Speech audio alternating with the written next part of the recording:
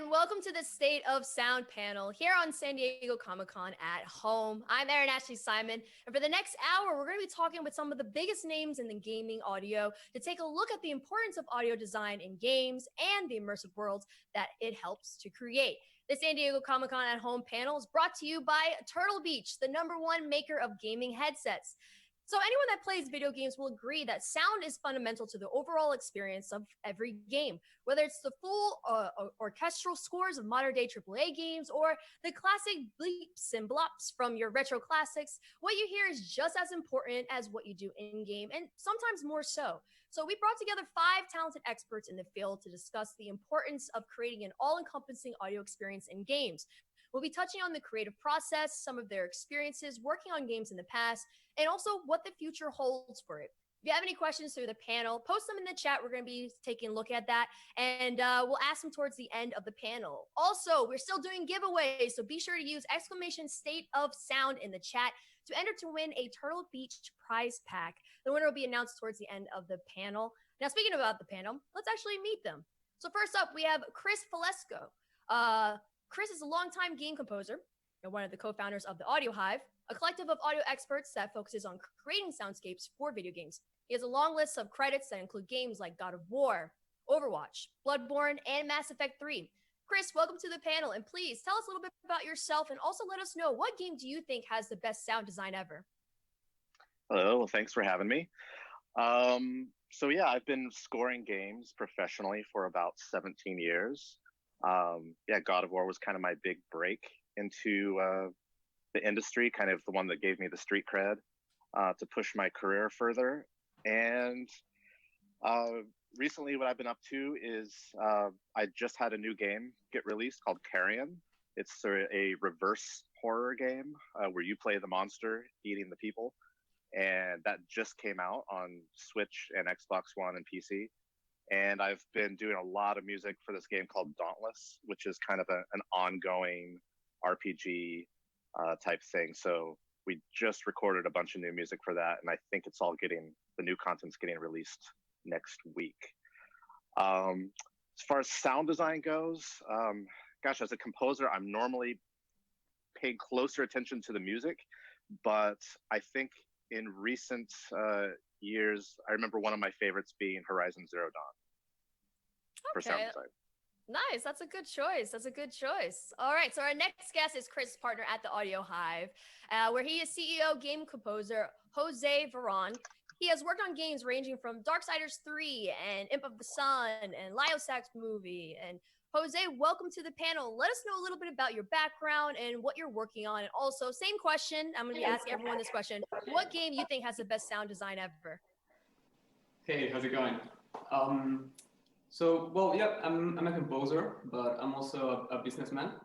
So I love both as much, which is why I founded with Cris the Audio Hive.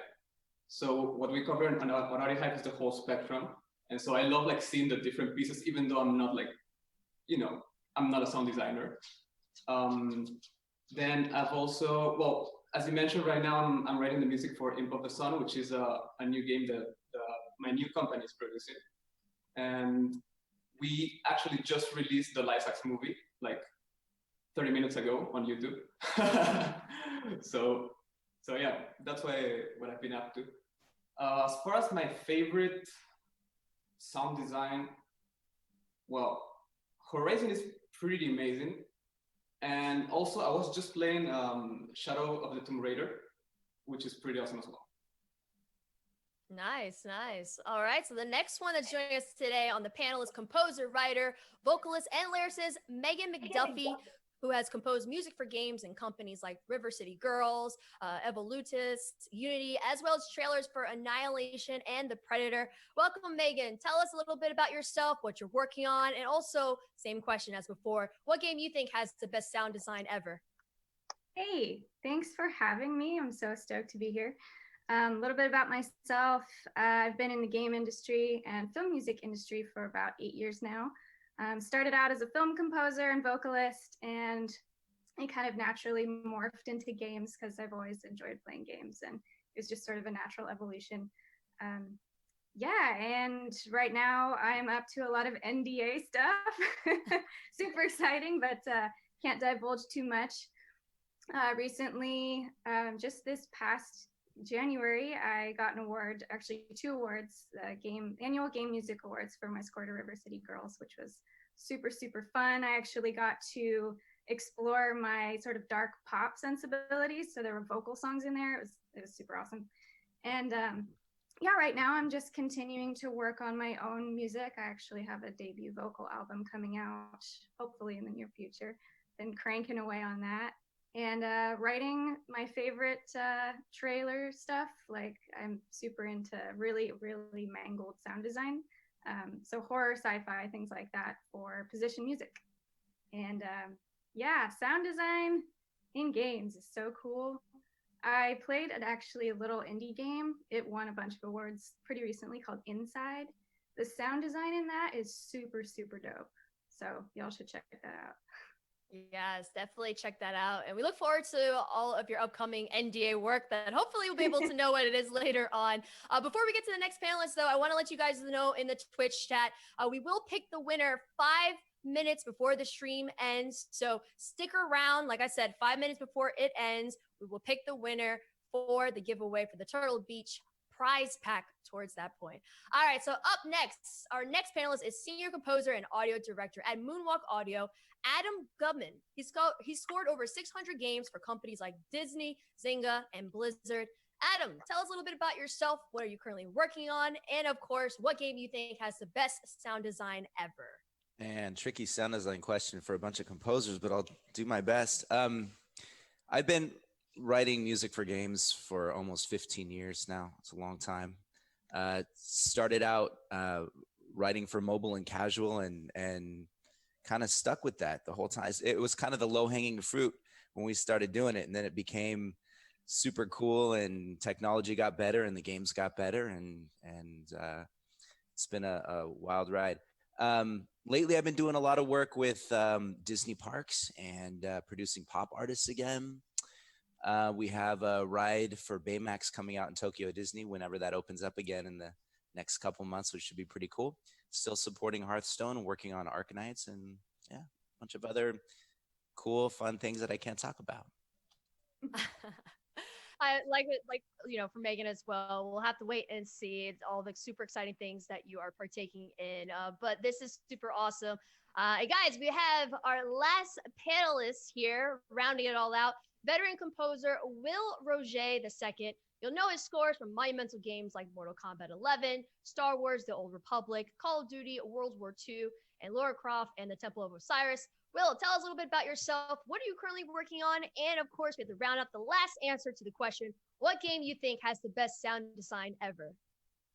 Yes, thank you so much for the introduction and for having me. I'm a composer for games like the rest of my esteemed colleagues here, and I do mostly orchestral music fused with synthesis and lots of world music, because that's really where my passion is. And my most recent score was Mortal Kombat 11 Aftermath, which is like the huge DLC story expansion to last year's Mortal Kombat 11. Unfortunately, I'm going to have to join the NDA party for the other 2 projects that I'm on. Besides this one, Anew the Distant Light, which is an indie title. You can go check it out, thedistantlight.com. It's a 2.5D Metroidvania with what I think is my most unique score that I've done to date, fusing a lot of very modernist 20th century art music styles into the more cinematic kind of game scoring, along with lots of classic synthesizer like Moog 1960s type sound, all together in this very bizarre melange that hopefully works with the game world. So that's of the things that I'm working on now, the only one that I can actually talk about. So hence the corporate shield shirt. Oh, yeah. I mean, working in the gaming industry, we all know the NDA rules, but nonetheless, super excited to see what you have coming in store.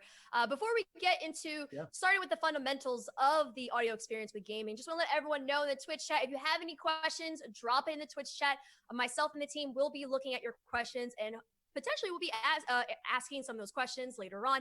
But I want to first start off with this topic first about audio experience and sound design, and what's the fundamental difference between sound design and audio composition? I want to pose that question to Jose first. Sure. Well, so basically, the sound design is everything that you hear that's not dialogue or music.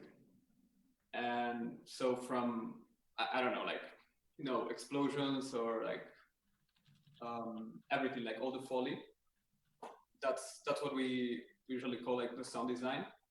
And then music composition is, well, the music itself, right? And of course, there's like a gray area that at least I know that Will and Cris know very well, right? Where it's like kind of like very sound designy music, but yeah, that's basically the difference. Oh, does anyone want to add on to it? I think I feel like we're hearing more kind of that combo musical sound design. I know for sure I've been doing more of it, and I'm kind of a classically trained orchestral guy for the most part. But I think the only thing you have to keep in mind if you're doing a musical sound design score is I feel it's a little harder to not step on each other's toes. Like, is it music? Is it sound design? So like on Carrion, I actually used a bunch of, I actually bought sound design libraries, and I had things like screaming, like people screaming, and all these horrific noises and door slamming. But if you put it all in there, it's kind of like, well, is that the music or sound design? And so I think it forces you to be a little more creative. Yeah, like on that point, I'm actually quite passionate about sound design.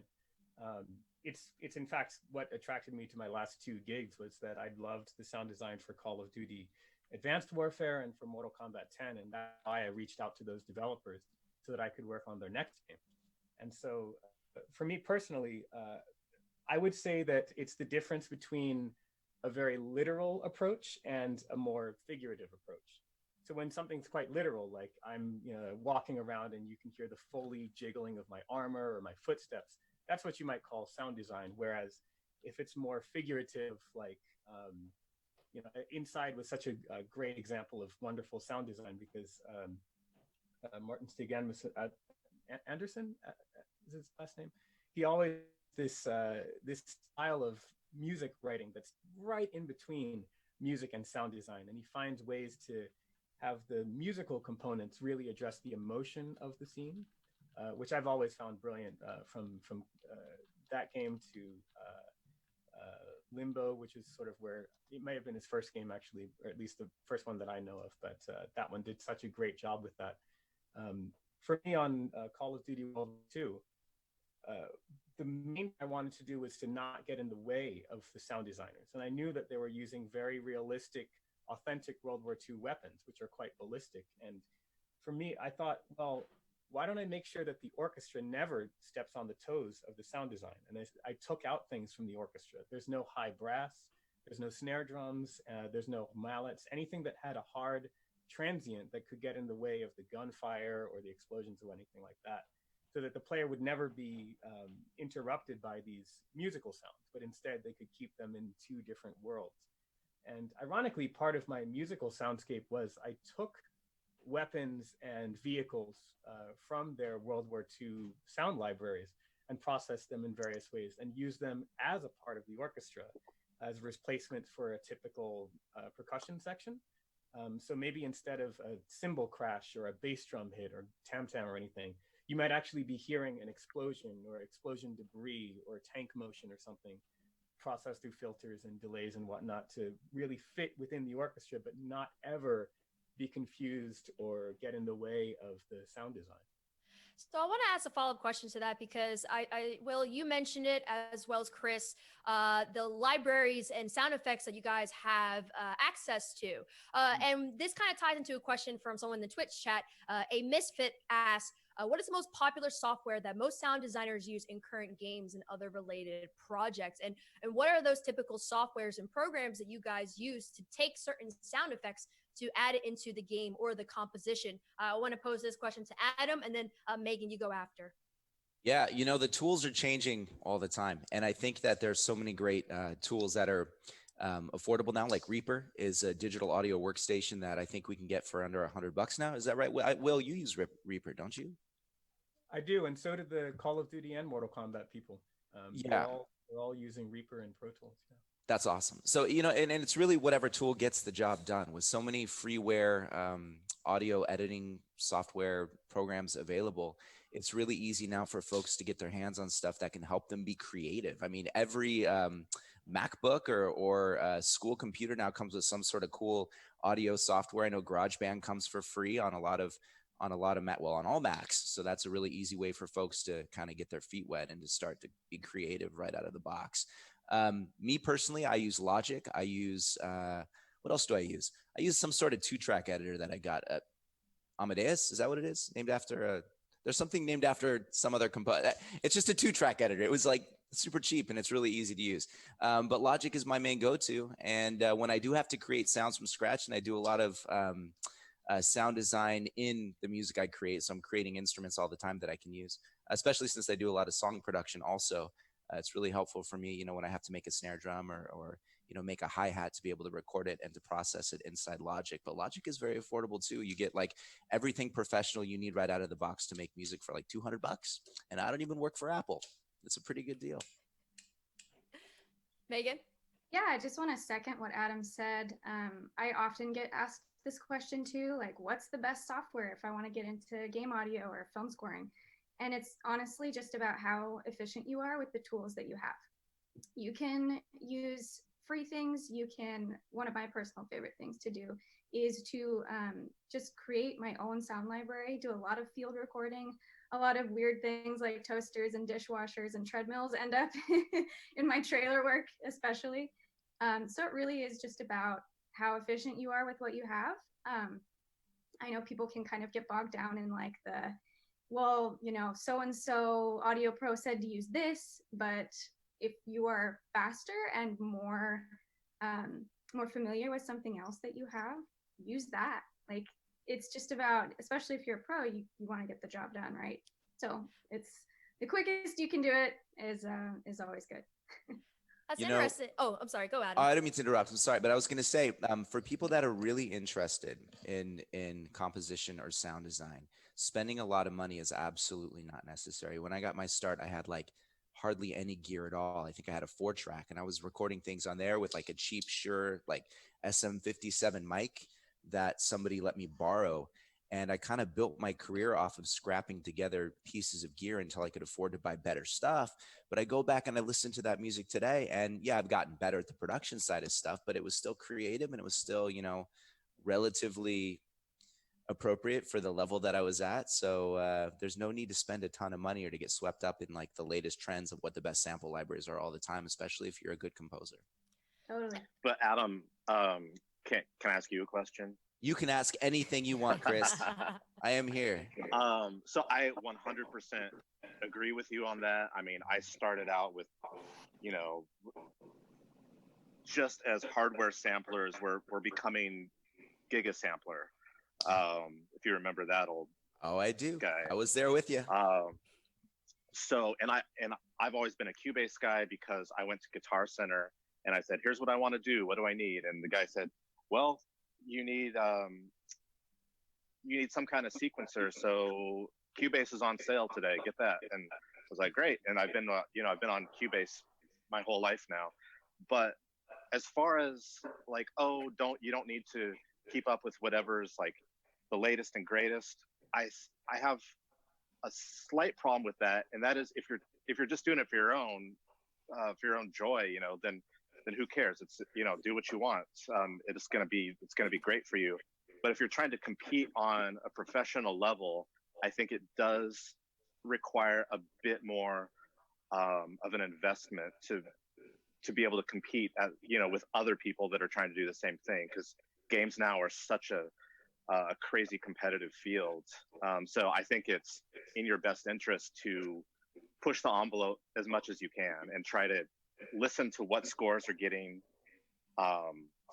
what composers are getting hired and what the scores sound like on your favorite games, and that's the level I think you have to be at if you want a career.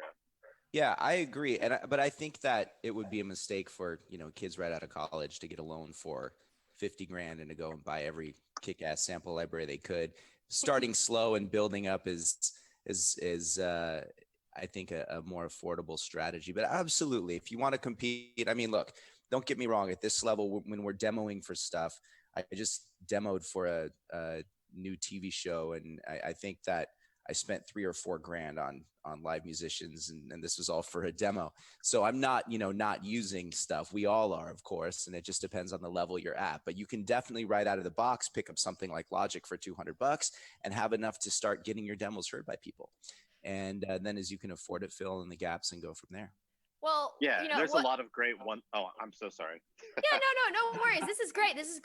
I like it. I like how there's differing views on this panel. But one of the questions I want to ask is whether it is a high-end equipment or not. How do you go about making these captivating sounds and soundscapes? And it kind of ties into one of the questions too that one of our Twitch chat members asked. I think it's Germaximus or Germaximus. How do you develop those captivating soundscapes when you have sound? And then also, how do you develop those captivating moments when there's silence in a game as well? Because even silence speaks volumes too within video games. I want to ask Megan that question first, and then Jose right after. Well, speaking just from a musical standpoint, since the sound design part of my career is mostly geared towards trailers, it really is just about enhancing the experience.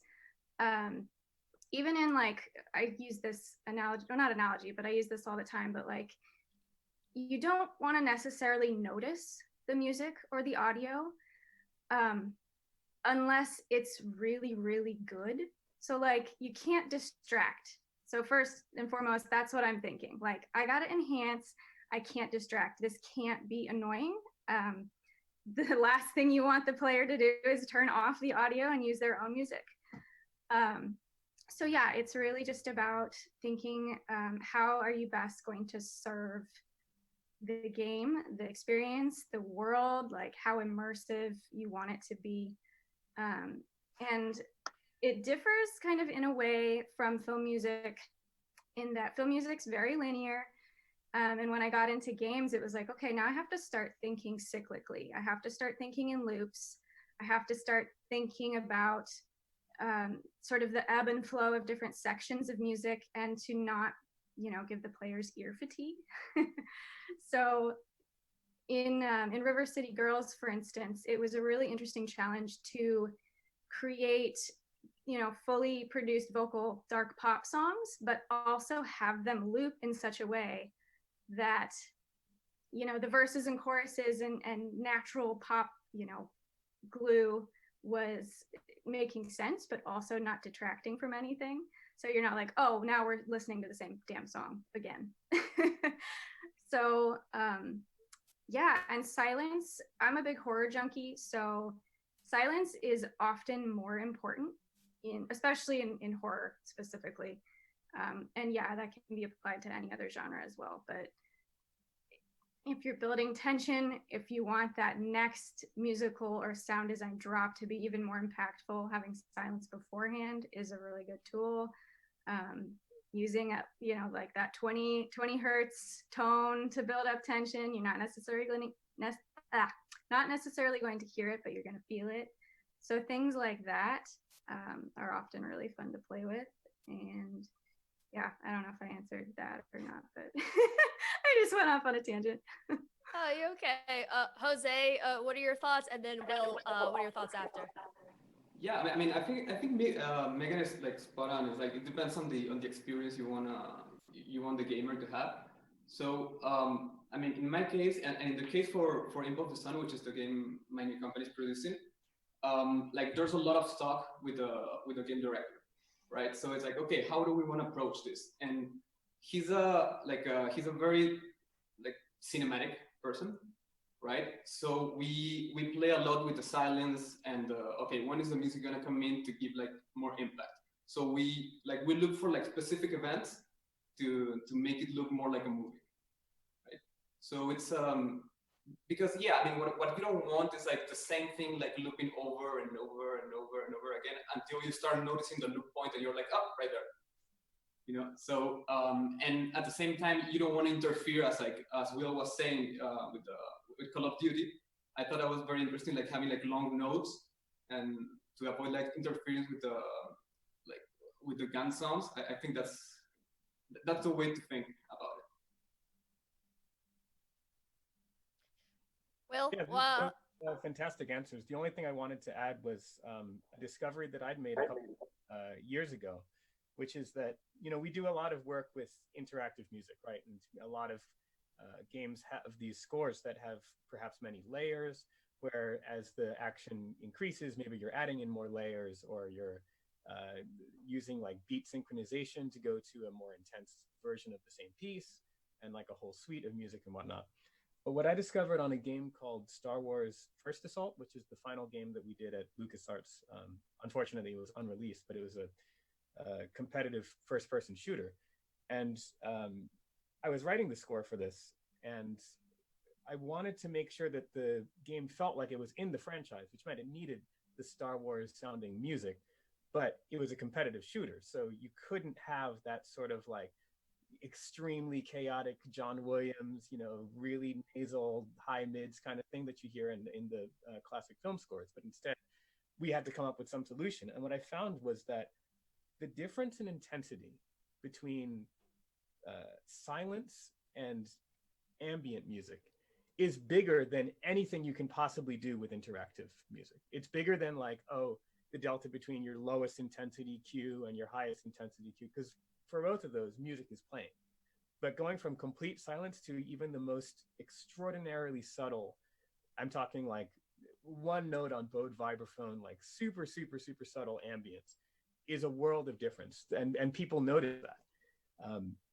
So that's I think probably why just respecting the silence and perhaps using silence as the default should be considered more often in games. I think obviously games like Last of Us have really championed this in terms of that sort of minimalist approach, where music isn't assumed to constantly be playing and looping all the time, but instead it should have a reason for being there.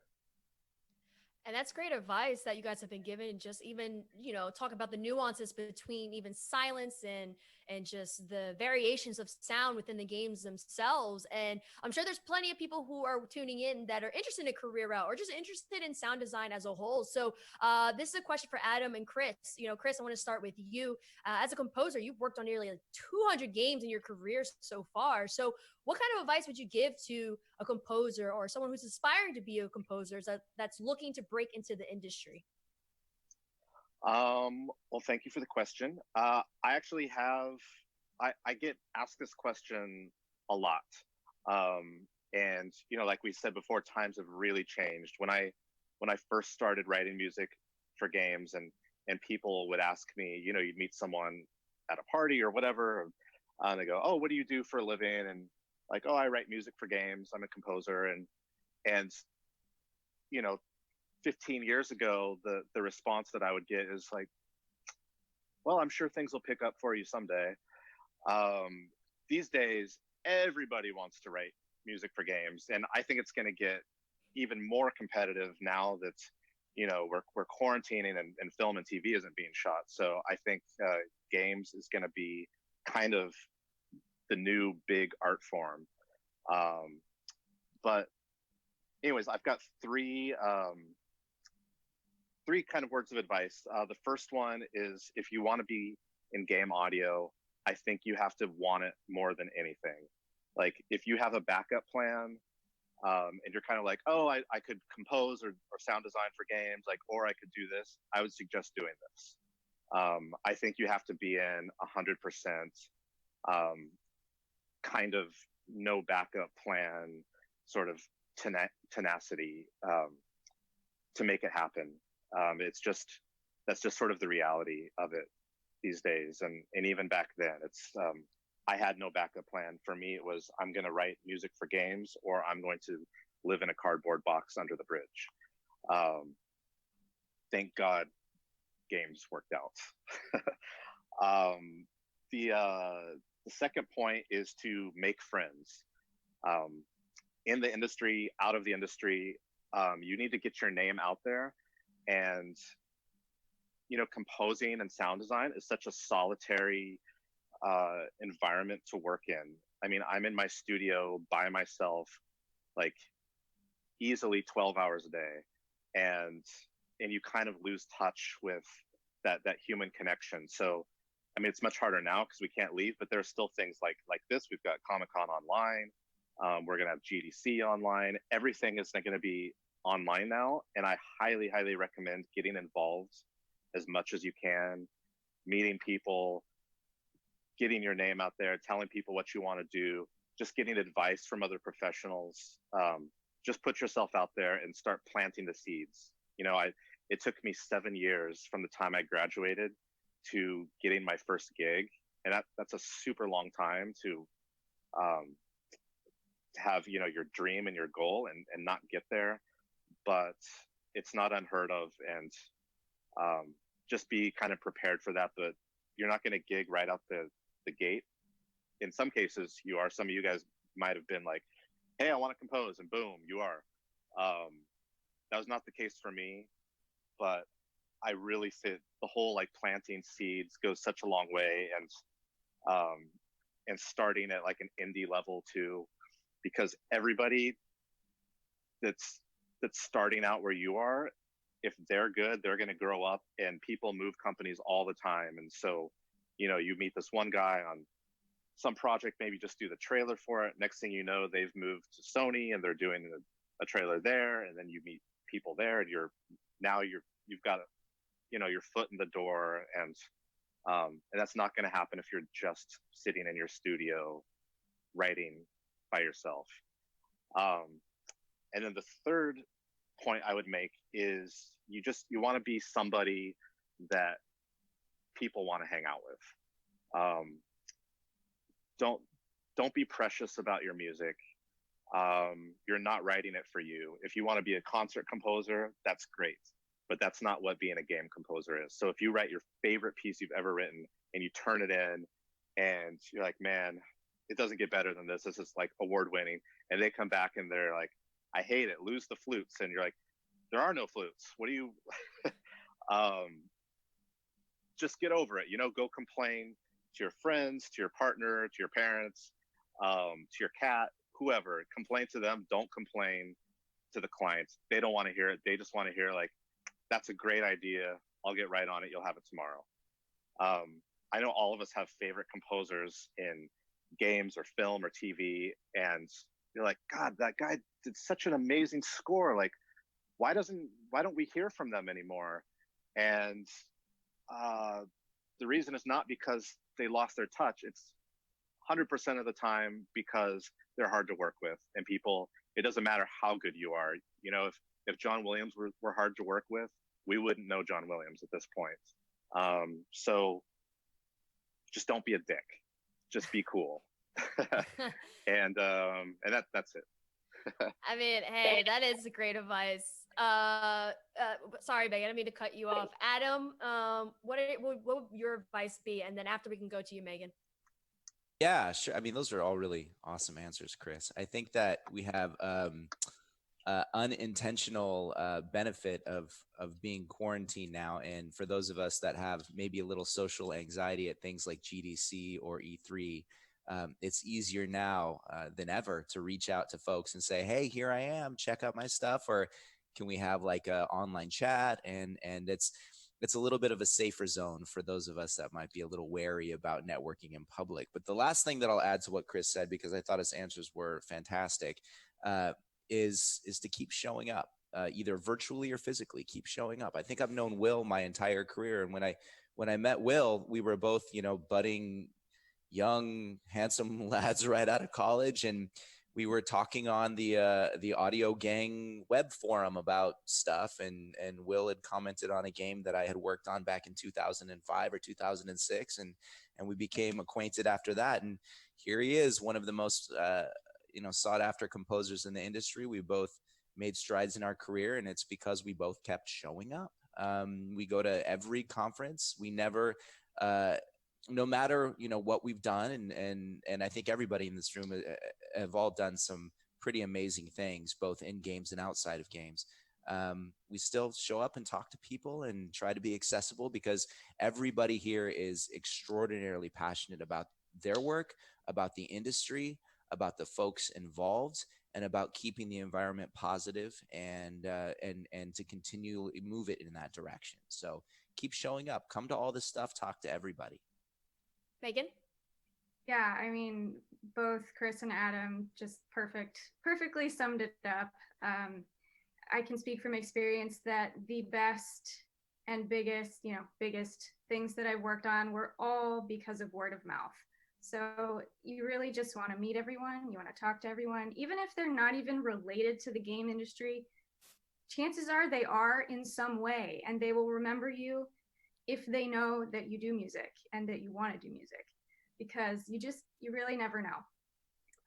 Yeah, keep showing up, keep in touch with people, periodically reach out to people, see how they're doing. Just, yeah, make friends is super, super important for sure. Yeah, you never know who knows who, and you never know what could happen at the end of the day. But you also know what we don't know yet in this panel: who the winner is for the Turtle Beach giveaway. So guys, this is kind of the halfway mark. I want to let you guys know. Use exclamation state of sound in the chat to enter to win a Turtle Beach prize pack. Now, just briefly explaining what's that prize pack. It includes the high performance Turtle Beach Elite Pro 2, a carrying case to conveniently take your headset anywhere with you, a headset stand keep at your desk, and the Atlas Edge audio enhancer to give you a variety of additional audio features through the Turtle Beach Control Studio. So make sure you use exclamation state of sound, and 5 minutes before the panel ends, we will announce the winner. I just want to quickly add that in. But let's get on to this another aspect of audio. This is going to be for Will, and then Jose, you can answer after. What makes audio in games so important, and what advantages are there to wearing a gaming headset might a player get in the games that you work on? Yeah, so I'll kind of answer this in reverse. So the thing about gaming headsets is that you can get a little bit better positioning in 3D than you would if you were just using your television's flat 2D stereo. I think for me personally, the ultimate is if you have a full-on home theater, 5.1 and all that, or 7.1, if you're real fancy, or Atmos and all that kind of craziness. But obviously that's not a reality for a lot of people because of their living situation or whatever. So having stereo headphones can improve things quite a bit if you're trying to be competitive in some of these games, especially first-person shooters. And surround headphones as well can help a little bit with just placing things in 3D, so that you can really tell where things are coming from. I'm sorry, what was the first part of the question? It was more general. Yeah, so what makes audio in games so important, and then the advantages of that audio within those who wear the gaming headsets? Yeah, I mean, if you think about it, you're participating in the game. You're a collaborator, whereas in film you're just viewing it. It's out there, and it's going to keep trucking along whether you like it or not, and all you have is maybe the pause button or rewind or something. So to have sound be immersive is quite important, because otherwise you're not going to feel like you're actually a part of the scene. Games kind of play this weird trick on you, the same as comics do, where it's like you fill in the gaps with your own experiences, your own whatever. And having very compelling sound design can be a great way to just make it feel so much more real than it would be. The thing I always told our artists back when I was working in house is that great sound makes the art look better. And I think it really does. I mean, it really makes it seem like, all right, and great music as well, because music is so closely tied to memory. And so now you have this great nostalgia mixed with really great sound, and then that's going to make really great art seem like legendary. I didn't have a chance to answer this before, but one of my favorite sounding games right now is actually Final Fantasy VII, the remake, because they took the original music and they've gotten these incredible new arrangements to it. But in addition to that, they have so much dialogue, and it's all interactive, and it does a great job of building the characters. And then on top of all of that, it also has really shockingly good Foley, like some of the best character Foley that I've ever heard in a game. to the point where you're carrying your Buster sword and you've equipped some materia in this sword. You can hear the materia jiggling as you're going through corridors. I don't know exactly how they pulled that off, but it sounds so real, and it's makes the world, which already looks absolutely fantastic, it makes it look even more realistic and even more like you're actually walking there in the slums of Midgar going through. And it was so much more a memorable experience because all of those came to with the fantastic mix as well. I'm going to download that right now. Thanks, Will. You know what? FF7 and Bloodborne are my two favorite games this entire console generation. Oh man, yeah, FF7 is definitely one of my favorites as well. Oh, yeah. Jose, you know, what are your thoughts on that? What additional thoughts do you have in terms of the audio in games and the importance of it and the advantages that you can have with having a gaming headset to kind of amplify that experience? Well, I mean, I guess Will covered like very well from a professional standpoint, like working on the industry. So I'm gonna cover it from a gamer point of view, which is I do have a surround system, so I love playing a surround. It's awesome, but when you're playing with your friends and you want to hear what they're saying, and then when people wanna like, I mean, you're kind of like playing by ear, right? And so, for instance, when you're playing like Call of Duty on Warzone, you need to hear the footsteps, and everybody's like super quiet. And with the whole like Atmos for headphones system, you can actually, you know where they're coming from, like even without having like an Atmos system. So that makes a huge difference. Then, for instance, on games like Overwatch, it's also like you hear like something and you know something is happening, you know, because like when people when the characters activate certain abilities, you hear something. So it's like a Pavlovian response, pretty much. You know, you hear the bell, you're like, oh, okay, gotta be ready. So that's why they're both very important. And with that, this is a question that's coming from our Twitch chat. Drawsome123. When you make game music, do you make the dynamic music? How does it transition in the right time and not sound cut up and weird? And also to add on to that, what is put into place for multi-directional sound as well? Because 3D audio is a component that we've been talking a lot more about recently in the gaming industry. So who wants to answer that question? Well, I'll chime in since no one else said anything. What makes audio for games really kind of special and its own niche is that we are thinking dynamically how the players can interact with the world. So from a compositional standpoint, we can't really just write a piece of music that exists on its own. In fact, a lot of times when we're creating the soundtrack, we have to go back to all the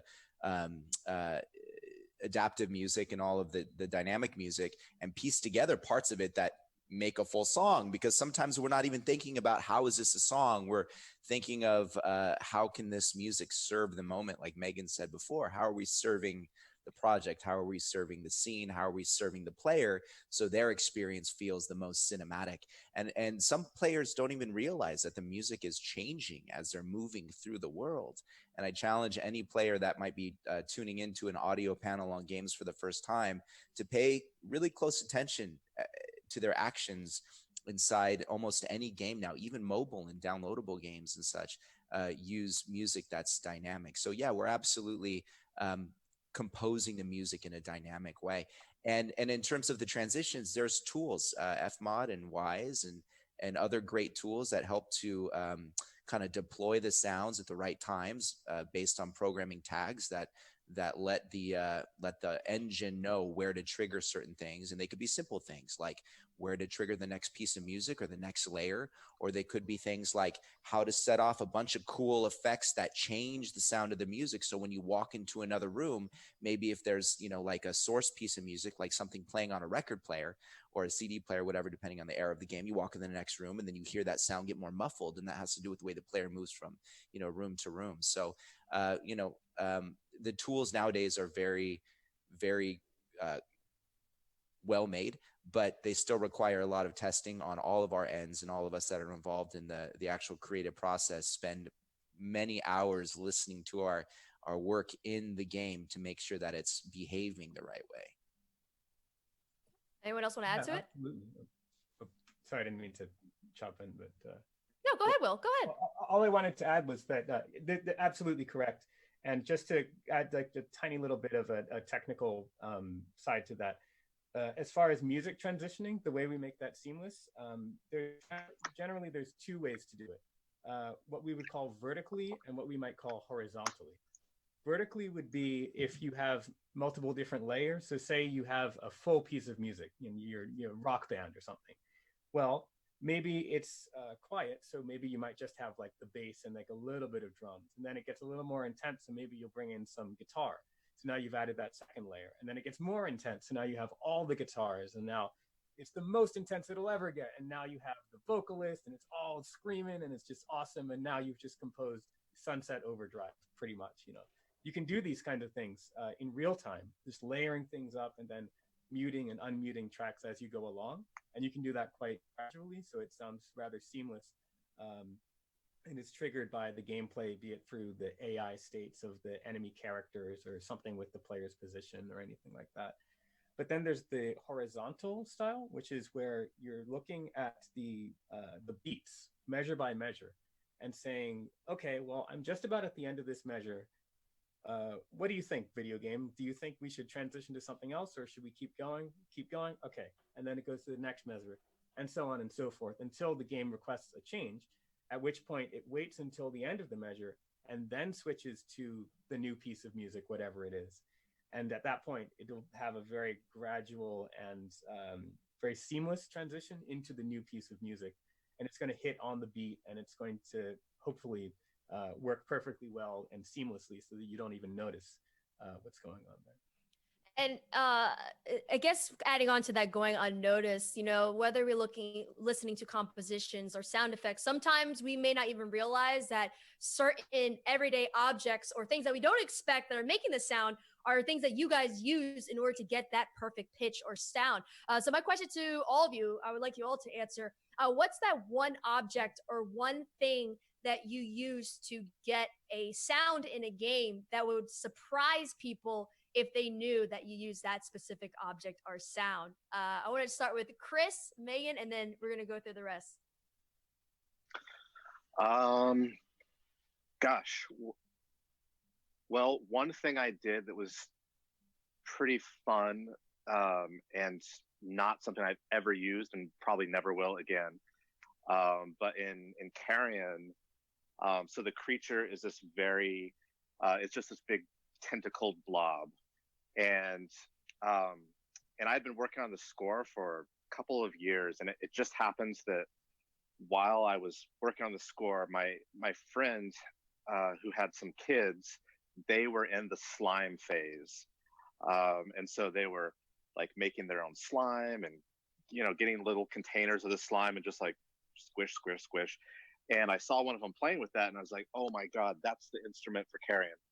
And so we went into the studio and got the slime like nice and wet and just spent like an hour just squishing it, trying to do rhythmic stuff with it, throwing it on things. And then I made a whole sample library with that. And so I've got this hidden ball of slime almost everywhere. And it gives this like disgusting texture in the music. You're like, what the hell is that? And well, it's a little, $2 piece of slime that they bought at the grocery store. Megan, what about you? So this hasn't really seeped into any of my game sound design or music yet, but definitely in the trailer work that I do, it's super important to add those unique elements and those weird sound sources, because a lot of trailer music ends up sounding the same. And like anything audio, it's a super competitive industry. So those little extra touches you can do to stand out are really important. One thing I really love doing, and I've used this in several trailers, is creating custom risers, because those are like, super impactful and necessary for trailers. I noticed one day that my treadmill makes an awesome sound as it's ramping up in intensity. So I recorded, each like little segment of the treadmill getting faster, and it's super fun to cut those up, and it actually really adds a cool riser effect to anything that I put it on. Also, this hasn't made its way into anything yet, but it's something I discovered just randomly. I was sauteing, or I was actually washing some kale for a lunch that I was making one time, and it was making this awesome squeaky noise. You guys should try rubbing some kale sometime.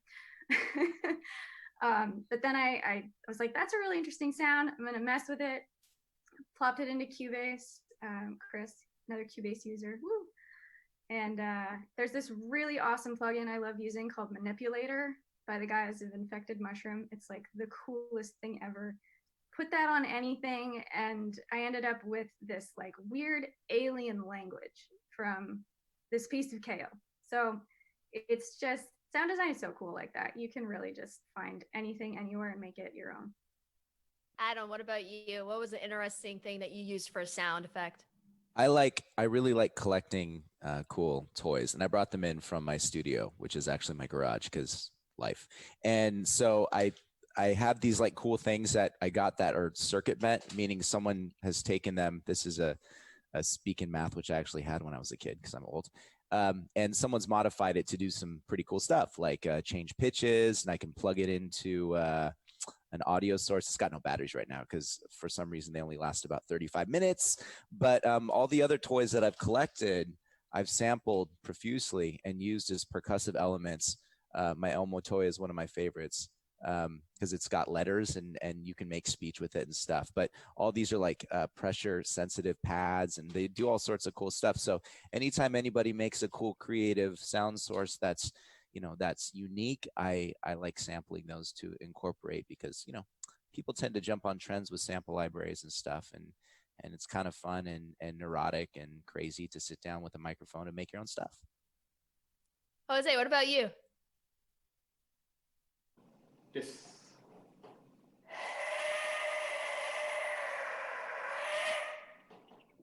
It's a death whistle. I use it every chance I get. I just love it.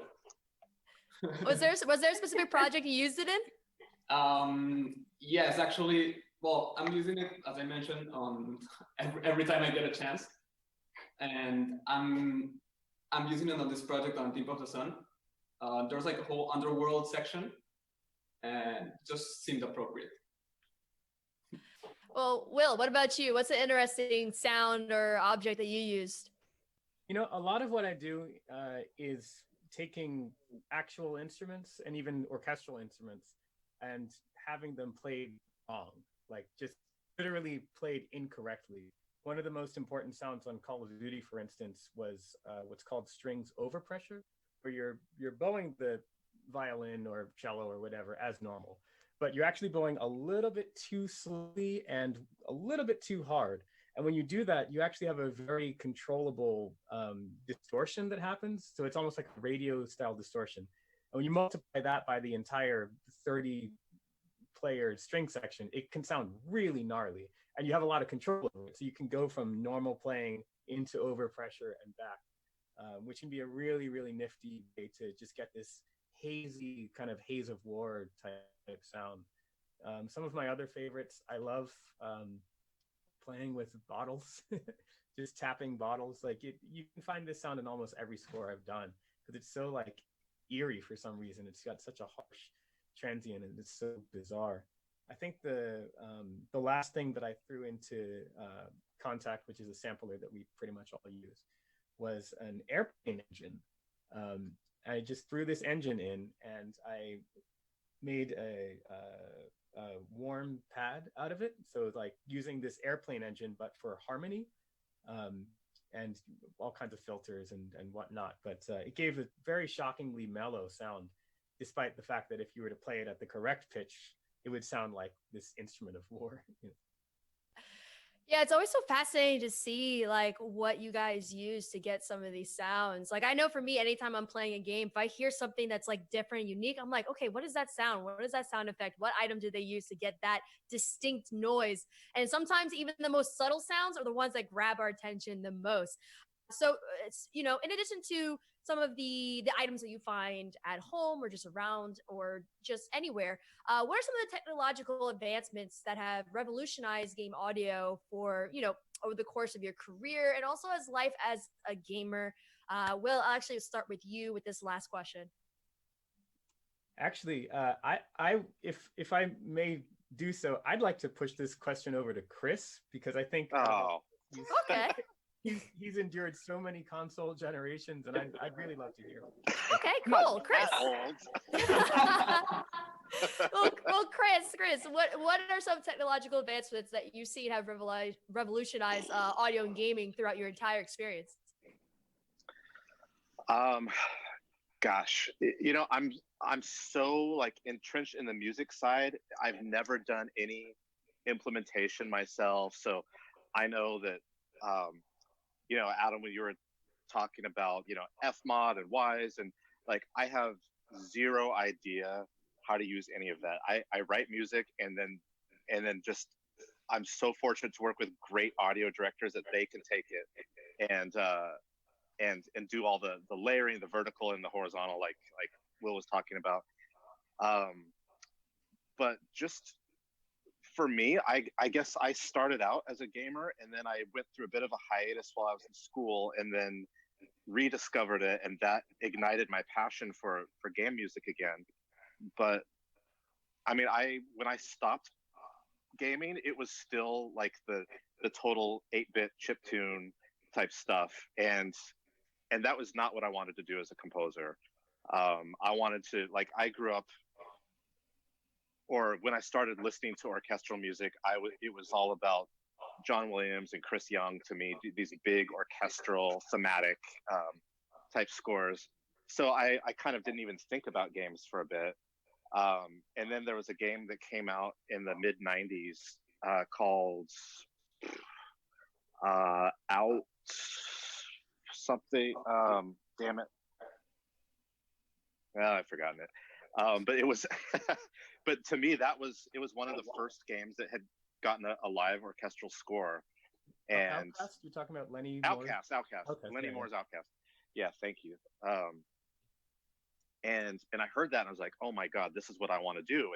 And it was that moment that I was like, okay, I'm pushing out everything. I'm only doing game audio, or this is what I'm striving for.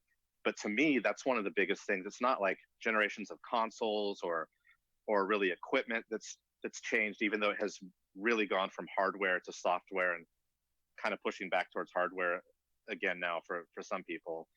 But it was the whole, like, okay, we're doing things in the box with chip tunes, to like, oh my God, we're not streaming off of a cartridge anymore. We've got like a disc that holds more information, and we can have, actual audio files on there, and we can go and record an orchestra and play back this music that's like makes a narrative experience. So for me, that's the biggest change that I've seen. Yeah.